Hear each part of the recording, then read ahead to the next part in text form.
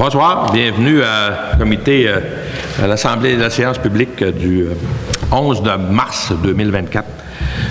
On est quelques minutes en retard, c'est parce qu'il y avait les listes à utiliser un peu tout à l'heure, c'est pour ça qu'on est quelques minutes en retard, mais on va passer à travers nos documents, ça va bien aller. C'est sûrement le beau temps qui fait qu'on est aussi de bonne humeur que ça, hein, ça va bien, il fait beau, ça fait que c'est le fun d'avoir ça de cette façon-là. Ça fait que ça va être mon mot de bienvenue. Merci à tout le monde. Je voudrais qu'on commence par la présentation de tout le beau monde qui m'accompagne. Bonsoir, Lisa Boily, siège 1. Luc Bélanger, siège 2. Louise-Josée Doré, siège 3. Bonsoir, Michel Simard, siège numéro 4. Hélène Gagnon, numéro 5. France Chapdelaine, siège numéro 6. Stéphanie Gagnon, directeur général. Merci tout le monde. On va y aller avec l'acceptation de l'ordre du jour, comme on le fait à chaque assemblée. On ne lira pas l'ordre du jour au complet, on va avoir le suivi. D'une façon ou d'une autre, c'est un document que vous pouvez retrouver sur le site web n'importe quand. Ça fait que vous pouvez le regarder, ça va me prendre un proposeur pour l'ordre du jour. Luc, secondé par Lisa. Ça me prend un proposeur, hein, je pense. C'est sûr que c'est vrai que je ne le ferai pas tout le long de l'Assemblée. Donc, acceptation du procès verbal du 12 février 2024. Ça va me prendre un proposeur aussi. Hélène. Le rapport du maire, on va commencer par le rapport du maire. Différemment un peu peut-être du dernier mois, où j'avais quand même pas mal de choses à dire. Pour ce mois-ci, ça va être moins long un peu. On a présence quand même beaucoup au bureau, beaucoup de dossiers qui sont en cours, sont avec un suivi, puis on a plein de choses qu'on règle, ça se déroule très bien. Des rencontres avec des citoyens quand ils ont besoin. Je suis toujours là d'une façon ou d'une autre, moi ou que ce soit Stéphanie ou un autre de l'équipe, membre de l'équipe. On est toujours prêt à répondre à toutes les questions. Soyez bien à l'aise, je le dis depuis le commencement. On n'est pas là, puis je le disais tantôt en plénier avec mes conseillers, on n'est pas là pour faire des cachettes, puis jouer à cachette, puis faire des conneries, puis dire des niaiseries. Là. On est là pour administrer le mieux possible la municipalité. En tout cas, je suis quand même fier de la façon dont on réussit à le faire à l'heure actuelle. Ça va être tout pour mon rapport du maire ce mois-ci. Je vais poursuivre avec le point 4.2 avec un rapport des conseillers. Vas-y, Lisa, commence par toi. Pour ma part, j'ai participé en tant que bénévole au festival Prénovice à la Dorée. Il y a eu une belle participation, plusieurs équipes. C'est plaisant parce que dans le fond, c'est beaucoup d'équipes des alentours qui se présentent pour faire le festival et je trouve que ça fait comme connaître l'aréna, comme de quoi qu'on a du hockey libre gratuit, du patinage libre gratuit ici à la Dorée. Puis dans le fond, souvent dans le futur, on les voit, là, les futurs jeunes qui jouent au hockey, qui viennent, même s'ils viennent des villes voisines, là, ils viennent, même actuellement, là, des plus vieux qui viennent de Roberval puis de Lebeau-Sport-Art, Saint-Félicien souvent. Donc je trouve que ça fait une belle initiation, c'était super plaisant. Donc c'est tout pour moi. Il y a eu une belle participation jusqu'à présent. C'est effectivement Roberval, Dolbeau, le monde des alentours qui sont là. Donc, c'est vraiment plaisant. C'est la troisième année que j'y vais. Je trouve ça le fun, puis je pense qu'il faut continuer dans ce sens-là. Félicitations au comité d'organisation. Luc? Moi, j'ai pas eu de rencontre pour le mois là, avec la coop. Je suis venu une fois ou deux là, voir Ghislain. Puis passer du temps avec la fabrique, mais pour de ça, c'est bien tranquille. Merci. Merci, Luc. Louis-Josée. Pour ma part, j'ai pas eu de rencontre encore. J'ai une réunion avec le centre d'archives pas la semaine prochaine, l'autre. Ça va aller au mois prochain pour la suite. Merci, Louise. Michel? Oui, bonsoir. Moi, ce qui me concerne, j'ai eu une rencontre le 22 février de la résidence Dorée, une rencontre spéciale avec le représentant régional là, de la FROH, la FRO. Puis on en a un autre mercredi cette semaine là, de la résidence Dorée. Merci, Michel. Hélène? Oui, bonsoir. Moi, j'ai eu la réunion de l'Office d'habitation le 13 février. Il n'y avait rien de spécial. Tout roule normalement. Merci, Hélène. France? Moi, j'ai eu une rencontre de comité de coordination de la table de concertation des aînés. Après ça, j'ai eu aussi, le 22 février, une rencontre de la résidence Dorée avec M. Blackburn.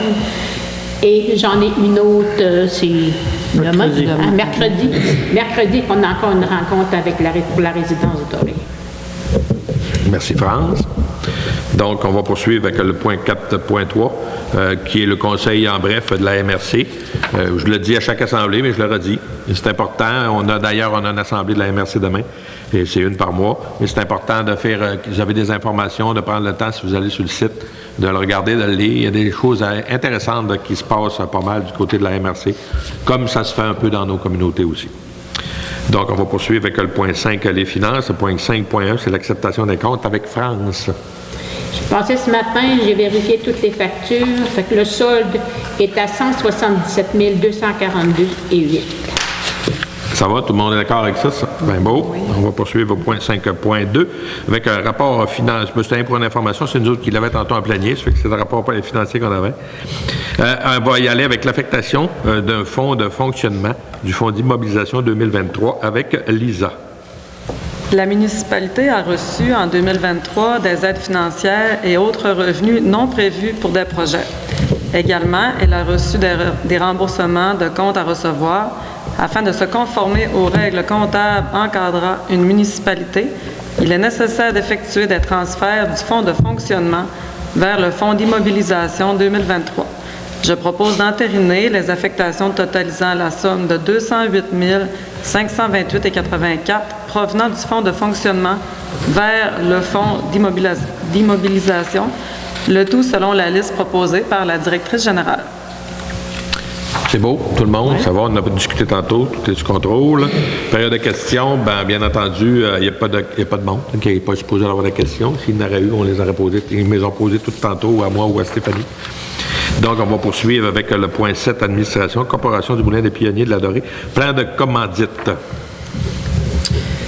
La Corporation du Vieux-Moulin est présentement en campagne de financement auprès des organismes du secteur, puis ça pour la saison touristique 2024, mais pour la réalisation de projets futurs.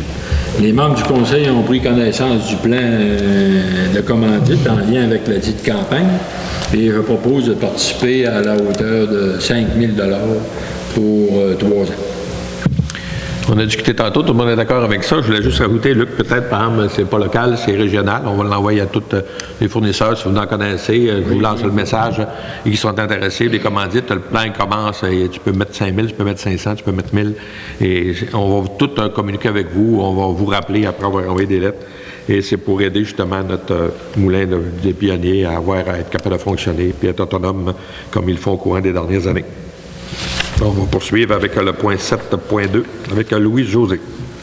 Avant de débuter la construction du nouveau centre communautaire, il est nécessaire d'avoir une étude géotechnique du sol où la construction aura lieu. L'administration principale a procédé à un appel d'offres sur invitation auprès de 2 soumissionnaires potentiels.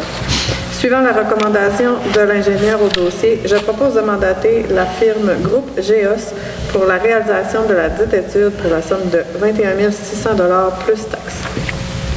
Merci, Louis-José. D'ailleurs, c'est déjà commencé. Il y a eu un petit lousse dans le temps. Ça fait qu'ils sont permis de prendre des échantillons de sol. C'était prévu pour plus tard, mais quand ça passe, on prend les occasions qui sont bonnes. Ça fait que c'est déjà commencé. Le point 7.3, c'est une information, c'est moi qui va vous la donner. J'ai ça ici, c'est la question des chiens ici dans notre communauté. Le signalement des chiens reçus d'un médecin ou d'un vétérinaire, on en a eu 2. Le nombre des chiens soumis à des examens de vétérinaires, on en a eu aussi 2. Le nombre de chiens déclarés potentiellement dangereux, 1. Le nombre de chiens dont la municipalité a ordonné l'euthanasie en vertu de l'article 10, il y en a eu 0. Le nombre de chiens dont la municipalité a ordonné l'euthanasie en vertu de l'article 2, par article 11, je veux dire, 0. Et le nombre total d'enregistrements, 216. Et le poids supérieur à 20 kg, c'est 124 livres. Il y en a seulement qu'un qui est dans ces mondes-là. Donc, c'est tout à fait normal. Ça s'est bien déroulé durant l'année. C'est des choses, vous avez déjà entendu parler. On avait déjà parlé aux assemblées, mais c'est un rapport qu'on doit vous fournir à chaque année. On va poursuivre le point 7.4 avec Michel. Oui, donc en 2022, le conseil municipal avait adopté une résolution en lien avec la vente de parties de terrain pour la réalisation du réaménagement de l'intersection du centre-village. Cependant, il est nécessaire de confirmer que ces lots ne sont plus requis par la municipalité à des fins publiques et qu'ils ne relèvent plus du domaine public afin de finaliser les contrats. Je propose de transmettre une résolution à cet effet au ministère des Transports. Merci Michel. Puis juste pour un petit peu plus, Michel l'a bien mentionné, mais on vient de savoir il n'y a pas trop longtemps, presque un an après, qu'il fallait qu'on fasse, qu'il ne soit plus d'utilité publique pour être capable d'avoir le montant de remboursement. C'est la même chose pour la fabrique aussi, qui était sur le coin ici, qui ont eu le même dossier. Ça fait que c'est pour ça que la résolution est là, pour nous permettre d'avoir les paiements de ces terrains-là. On va poursuivre avec le point 5 avec Hélène Gagnon pour les loups au volant. Oui, l'administration municipale a reçu une demande de commandite de la part des loups volants pour la présentation de la 42e édition du Festival des camionneurs. Je propose d'autoriser une aide financière de 5 000 $ comme subvention 2024 pour les loups au volant. Merci Hélène. C'est un peu comme on le faisait. C'est notre coutume depuis un certain temps, chaque organisme, quand ils en font la demande, qui ramène des choses intéressantes dans notre communauté. On l'a fait avec les loups. Le rallye des loups qui a été cancellé à cause du manque de neige, puis nous en a envoyé un beau pied. Mais seulement qu'on les a aussi fournis, et c'est pour ça qu'on s'en tient à ce montant-là. Bien sûr qu'il y a des services qui sont différents, mais on le fait pour tous les organismes pour être équitable avec tout le monde. Donc, on va poursuivre avec le point 7.6 avec France sur la question des îlots de chaleur qu'on avait parlé lors de la dernière assemblée. Je propose que le conseil municipal de la paroisse de la Dorée adopte le règlement 2004-001 intitulé Règlement numéro 2004-001 ayant pour objet de modifier le plan d'urbanisation numéro 2018-001 de manière à identifier toute partie du territoire peu végétalisée, très imperméabilisée ou sujette au phénomène d'îlots de chaleur urbain et la description de toute mesure permettant d'atténuer les effets nocifs ou indésirables de ces milieux tels que présentés. Merci France. C'est quelque chose qu'on avait parlé lors de la dernière assemblée aussi, donc il fallait l'intériner. Et puis c'est pas nécessairement un choix qu'on nous demande. Oui, effectivement, c'est du travail de plus qui est demandé à nos employés, personnes qui sont en municipalité, mais c'est un peu comme ça peut l'être les zones hydriques humides, puis tous les autres dossiers. Ça fait partie des choses qui sont demandées pour notre planète, bien entendu. Ça fait qu'on essaye de se conformer le plus possible dans ces dossiers-là. Le dossier, c'est la point 7.7, Office d'habitation avec Lisa. La municipalité a reçu des prévisions budgétaires modifiées pour l'Office d'habitation Domaine du Roi. Elle démontre une augmentation totale de 3 910 pour les 3 ensembles d'immobilier de la Dorée. Je propose d'accepter les prévisions budgétaires modifiées pour 2024. Merci Lisa. Comme on le fait chaque année, puis à chaque fois qu'il y a des modifications, bien, ça passe ici au Conseil. Donc, c'est la même chose qu'on fait tout le temps dans ce dossier-là. On va poursuivre avec le point 7.8, embauche de poste d'agente administrative avec Luc Bélanger. Comme mentionné dans les précédentes séances, le poste d'agente administrative deviendra vacant en 2024. Suite à un appel d'offres afin de combler le 10 pouces et selon les recommandations de la firme externe MNP, je propose d'autoriser l'embauche de Mme Martine Dupleix au poste d'agente administrative. Merci Luc. Ça va pour tout le monde? OK, on va poursuivre avec le point 7.9 avec Louis-José, acquisition d'une pompe pour l'eau potable. Lors des travaux effectués sur les puits d'eau potable, il a été constaté qu'une des pompes était brisée. La municipalité a demandé une proposition à une entreprise spécialisée et je propose d'autoriser l'achat d'une pompe compatible auprès de Sanson et Frères pour la somme de 19 760,82 plus les taxes. Le bon fonctionnement des pompes des puits d'eau potable est essentiel au maintien d'un approvisionnement suffisant en eau potable pour tous les citoyens. J'allais justement rajouter, Louise, en disant qu'effectivement, c'est la priorité numéro 1 de la municipalité, l'eau potable. Et la pompe qui était déjà là, quand on a fait les modifications pour se conformer, elle avait une quinzaine d'années, puis elle avait un bris dessus. Ça fait qu'on a dit la remettre là, puis peut-être la sortir dans 2-3 ans. On est aussi bien de la changer tout de suite. Et on l'a mis top shape pour l'instant. Elle est dans le puits numéro 1. Puis maintenant, le puits numéro 1 fournit presque toute l'eau à l'heure actuelle pour la communauté, chose qu'on n'était pas capable de faire avant. Donc, c'est quand même une bonne chose. C'est important de voir à ces instruments-là qu'ils soient en bonne fonction. On va poursuivre avec le point 7.10 avec Primo, avec Michel. La municipalité a été retenue pour une aide financière pour la production des plans et devis en lien avec le projet de réfection du système de traitement de l'eau potable. Une convention d'aide financière doit être signée entre la municipalité et le ministère des Affaires municipales afin de recevoir la dite subvention. Je propose d'autoriser le maire, Ghislain Laprise, à signer la convention d'aide financière telle que présentée. Ça m'a fait plaisir, Michel. Oui. Merci, tout le monde est d'accord avec ça. Donc, on va poursuivre avec le point 8.1, entente de financement avec Hélène Gagnon. Oui, on se souvient tous de l'épisode des feux de forêt de 2023. Afin de prévenir d'autres situations du même genre, le ministère de la Sécurité publique demande à toutes les municipalités de présenter un plan de prévention des risques liés aux feux de forêt. Un programme d'aide financière est disponible afin de mettre en place la recommandation du dit plan de prévention. Je propose d'autoriser le maire et la direction générale à signer tous les documents nécessaires pour ce projet, dont l'entente de financement avec le ministère de la Sécurité publique visant à mettre en œuvre les mesures d'atténuation des risques liés aux feux de forêt. Tout le monde est d'accord avec ça. Juste rajouter aussi, comme je fais à chaque fois, chaque point qui est là, c'est juste pour dire que ça fait partie des points, un peu comme on parlait des îlots de chaleur tantôt, quand on parlait de plein d'autres affaires. Ça fait que tout ce qui se passe aux alentours, on essaye de trouver des moyens pour que les situations soient le moins graves possible. Donc, c'est des choses qu'il faut qu'on regarde de près pour qu'on soit capable de donner des bonnes informations et d'avoir les bonnes choses pour régler ces dossiers-là. Donc, on va poursuivre avec le point 9, à voirie, 9.1, réflexion des trottoirs avec France. En 2023, la municipalité avait procédé à un appel d'offres public pour la réfection d'une portion des trottoirs. Cependant, elle a dû annuler le projet en raison des coûts trop élevés du projet à ce moment. Un nouvel appel d'offres public a été réalisé et la municipalité a reçu de nouvelles propositions. Je propose d'autoriser la direction générale à mandater les entreprises R et G Gauthier pour la réalisation du projet de réfection des trottoirs pour la somme de 123 437, plus les taxes applicables, pour une portion de 350 mètres linéaires et selon la proposition datée du 21 février 2024. Merci.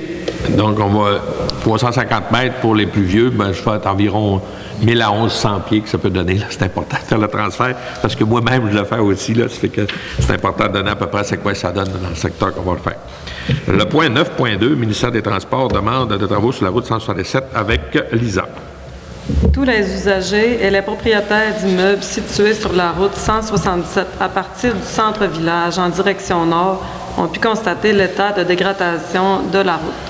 La municipalité a contacté le ministère des Transports afin de l'informer de cette situation. Cependant, la planification à court terme ne prévoit pas de travaux dans ce secteur. Je propose de transmettre une demande formelle à la direction régionale du ministère des Transports afin qu'elle fasse pression auprès du ministère des Transports pour obtenir l'autorisation d'effectuer des travaux dans le secteur visé, et ce, afin d'assurer la sécurité des usagers et l'intégrité mécanique des véhicules qui y circulent. Merci, Lisa. Puis dans ce dossier-là, c'est pas d'aujourd'hui, ça fait quelques années. Souvent, le monde nous rencontre puis ils disent la municipalité ne fait rien pour réparer, ça n'appartient pas à la municipalité, la route, ça appartient au MTQ. Donc, on a parlé avec la direction régionale qui nous ont dit que c'était pas dans le carton, mais effectivement, ils savaient que c'était très, très bagané, le bout de rue qui sont là. Puis c'est un addon que Lisa, soit elle qui la propose, parce que c'est dans le bout de chez eux. Donc, c'est sûr qu'on entend tout passer les camions et les autos quand ils passent chez eux. Fait que d'envoyer une résolution nous permet peut-être de faire avancer un peu le dossier pour que le ministère soit un petit peu plus sensibilisé à l'importance de la réparation de ce bout de route-là. Donc, on va poursuivre après ça avec les prochains points qui est au point 15, les affaires nouvelles. C'est proclamation de Journée nationale de promotion de la santé mentale avec Luc. Je propose de proclamer le 13 mars prochain comme Journée nationale de la promotion de la santé mentale positive dans la municipalité. Durant cette journée et tout au cours de l'année, travaillons ensemble pour renforcer la santé mentale des personnes qui nous entourent et visons à accroître et à maintenir le bien-être individuel et collectif de toute la population. Je vous ferai pas de cachette non plus là-dedans. Je pense que vous apprenez rien quand on parle de ça, d'encourager la santé mentale. Vous l'entendez tout parler, comment est-ce que ça va partout. Donc, quand on a la chance d'aider un coup de pouce, de donner un coup de pouce à quelqu'un, on le fait. Ça fait que c'est ce que je vais terminer notre assemblée. Période de questions, il n'y en aura probablement pas plus que tout à l'heure. Donc, ça va me prendre un proposant pour lever l'assemblée. Louise. Puis je vous remercie d'avoir pris soin de nous écouter. Et si des fois vous avez des questions, n'oubliez pas, je ne vais pas passer de le dire en commençant. Vous appelez à 256-3545, il y a quelqu'un qui va vous répondre et on va trouver une réponse à toutes les questions que vous allez poser. Si ce n'est pas immédiatement, on va vous revenir. N'oubliez pas que c'est important d'avoir les bonnes informations pour répandre la bonne nouvelle. Merci tout le monde. Bonne journée. Merci. Bonsoir.